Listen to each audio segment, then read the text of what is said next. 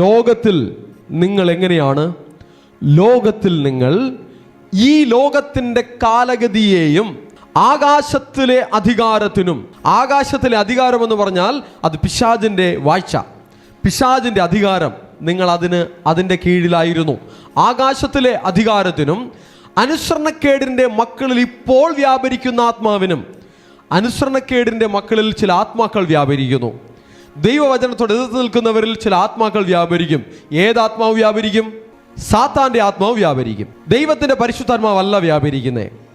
ദൈവവചനത്തോട് എതിർത്ത് നിൽക്കുന്നവരുടെ മേൽ, ജഡത്തിൻ്റെ പ്രവൃത്തികളിൽ ജീവിക്കുന്നവരുടെ മേൽ വ്യാപരിക്കുന്ന ആത്മാവ് അനുസരണക്കേടിൻ്റെ ആത്മാവ്, അത് പിശാചിൻ്റെ ആത്മാവ്, അത് ദുഷ്ടൻ്റെ ആത്മാവ്. ഇന്ന് ആരാധിക്കുന്ന ധാരാളം പേർ അനുസരണക്കേടിൻ്റെ ആത്മാവിൻ്റെ കീഴിലാണ്. അനേകർ ആകാശത്തിൻ്റെ അധികാരത്തിന് കീഴിലാണ്.